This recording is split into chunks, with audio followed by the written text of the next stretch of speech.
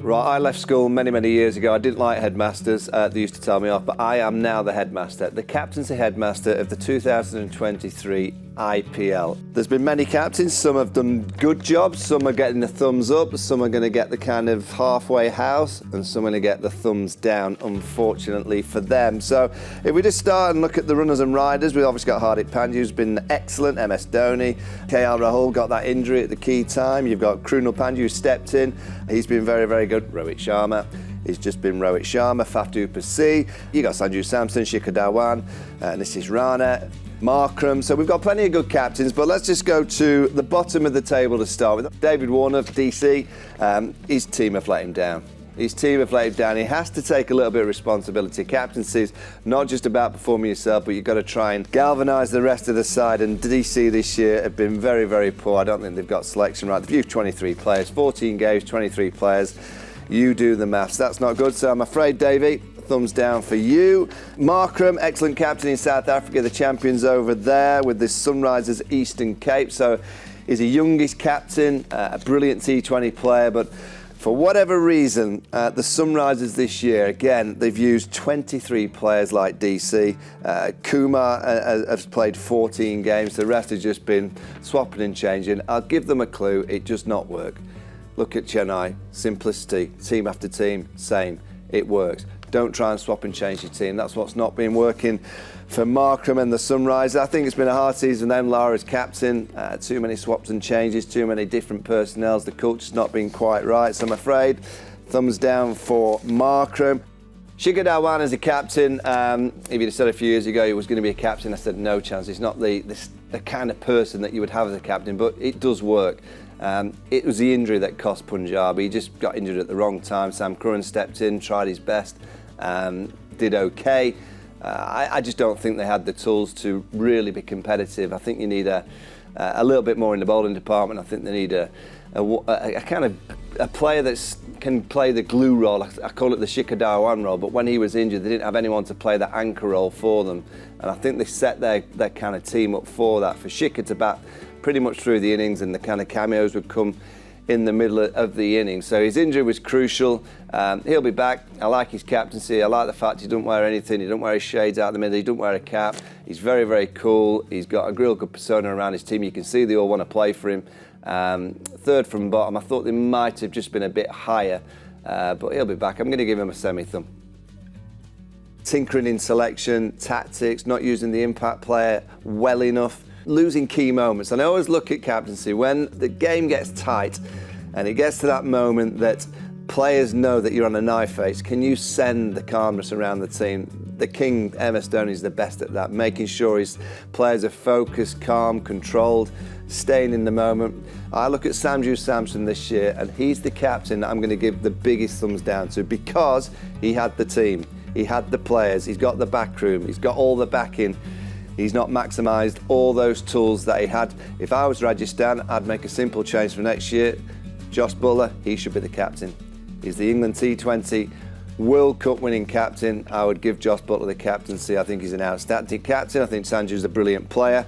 I think that change could happen for next season. Nitish Rana, KKR, done very well with the bat, but very similar to DC, very similar to the Sunrise. Too much swapping and changing. It doesn't work. So let's move on to the next team. Faf du Plessis, brilliant with the bat. He's getting younger, but he's getting older, fit. He had a little problem, I think, with his side. He sat in the dugout. They won a couple of games. He stayed in the dugout, then they lost and he came back on the field. But his batting has been exceptional. But I'll just give him one tip, and he knows that, because they're a brilliant leader. They don't have good enough bowling. Siraj, outstanding. Hasaranga's been a little bit hit and miss. Missed a bit of Haleswood because of his injury. But why they ever let Chahal go, I'll never know. But that's for another day. I'd give him semi thumb for Faf du Plessis. Rohit Sharma, not brilliant with the bat. But somehow he's got this team to a standard with that powerful batting lineup and not so high-class bowling, but it's worked. It's somehow worked because of the batting. Rohit Sharma, not at his best, but he's transcended this kind of energy to the team. It's Mumbai. They don't start well, and then suddenly they start winning towards the important stage of the tournament. And that has to come down to belief, what he's saying in that dressing room, keeping them calm at the start. when they were losing games and giving them that belief to go on and win those big chases. He hasn't been the mainstay in terms of the batting, but to see Cameron Gane, Tim David come through, relatively newcomers to the IPL, he obviously has a great culture around that group. So Rohit Sharma, for me, always gets the thumbs up. I think he's a magnificent leader. Kunal Pandya, I think, stepped in at a very difficult time. He won 3 out of 5 games. Looked like they were out of it, losing games, and suddenly he got his team to win really crucial games. So whatever he's done, and it's just a little bit of sprinkling of dust or 1 or 2 conversations, he's done it very, very well. So I think he's a captain that you might look to give more opportunities to in the future. He certainly looked like a captain, even though he was a stand-in this year.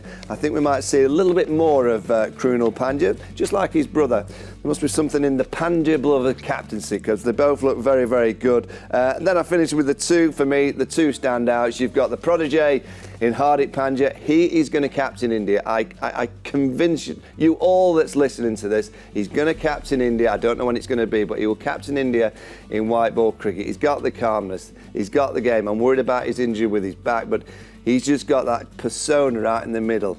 You can see his body language, the way that he just manoeuvres his field calmly, the way that he makes his bowling change. Yes, he's got nice tools, he's got 2 outstanding spinners. He's got Mohammad Shami that, for me, has been the best seamer in the tournament. So you need bowlers as a captain. You're generally on as good as the bowlers as a leader out in the middle. But he's got that real Midas touch of what you need to be a outstanding white ball captain. As I say, a captain India. The best, and I'm not saying by country mile, because I think Hardik's getting very close. MS Dhoni, once again, has just proven why he's the best white ball captain that's ever lived. Across the 50 over game, the T20 game, he was a very good test captain as well. He's just got that body language of calm, control, confidence. His eyes very rarely manoeuvre. They're always very, very straightforward. He just manoeuvres his team like this, little paddles here. They all know what to do. They all know their roles. He gives them a license. Ajinkya Rahane, he's gone last year, comes to Chennai. He looks a different player. Look at Shivan Dubey. He's got a role. Just go and hit some sixes, have some fun. Patharana.